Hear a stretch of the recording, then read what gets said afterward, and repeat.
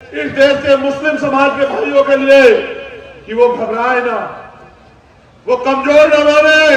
पूरा अम्बेडकर वादी उनके साथ खड़ा है। इस सरकार की दरार धरे भी हिला देंगे, ईंट से ईंट बजा देंगे।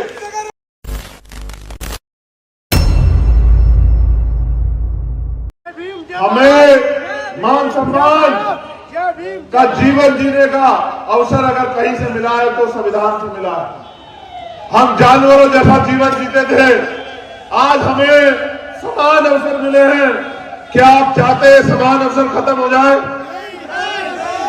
आज जो माहौल बना के इस देश के मुसलमानों के प्रति जो नफरत की आंधी चलाई जा रही है, जो माहौल खराब किया जा रहा है, मैं फिर यहां से कह रहा हूं, आगरा की धरती से बाबा साहब अम्बेडकर का खून होने के नाते उन्होंने कहा था, जो मैंने आपको पहले भी दोहराया, कि अन्याय करने वाले से अन्याय सहने वाला ज्यादा दोषी है।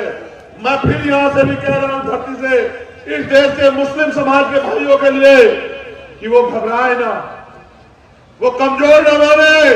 पूरा अम्बेडकर वादी उनके साथ खड़ा है। इस सरकार की दरार धरे भी हिला देंगे, ईंट से ईंट बजा देंगे। आप मेरी जिंदाबाद करने के बजाय मुझे लड़ने की ताकत दीजिए और अपने हौसले बुलंद रखिए। इस देश में संविधान है और जब तक संविधान है कोई आपके मान सम्मान के साथ खिलवाड़ नहीं कर सकता। जो करेगा संविधान के अनुसार जो उसको सजा वो मिलेगी। मेरा एकमात्र लक्ष्य ये है, बहुत सारे तोते आएंगे, अपनी अपनी जिम्मेदारी अदा करेंगे। मुझे मेरी जिम्मेदारी समझ आ गई, मैं अपनी जिम्मेदारी अदा कर रहा हूं और मैं चाहता हूं कि जीते जी इस देश की सर्वोच्च कुर्सी पे जो दिल्ली में रखी हुई है, जो सपना था बाबा साहब अम्बेडकर और माननीय साहब काशीराम साहब का, वो जो अधूरा, मैं एक बार अपने जीवन में जीते जी इस दिल्ली की गद्दी पे बाबा साहब अम्बेडकर के अनुयायियों को देखना चाहता हूं। मैं यही बताने के लिए आपको यहां आया।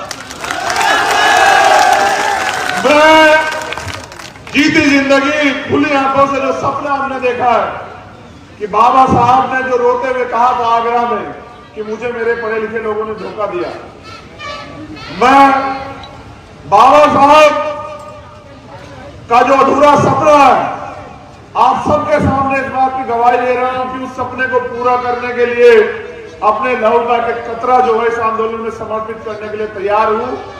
और मुझे कोई फर्क नहीं पड़ता, मैं फिर कह रहा हूं, मुझे कोई फर्क नहीं पड़ता कि लड़ाई कितनी लंबी हो और कितनी कठिन हो, कोई फर्क नहीं पड़ता। क्योंकि हमारा एकमात्र सपना यही है कि बहुत दिन हो गए इन शोषितों को आंसू बहाते, इन शोषितों को रोते चिल्लाते, लेकिन इनके आंसू किसी ने नहीं पूछे।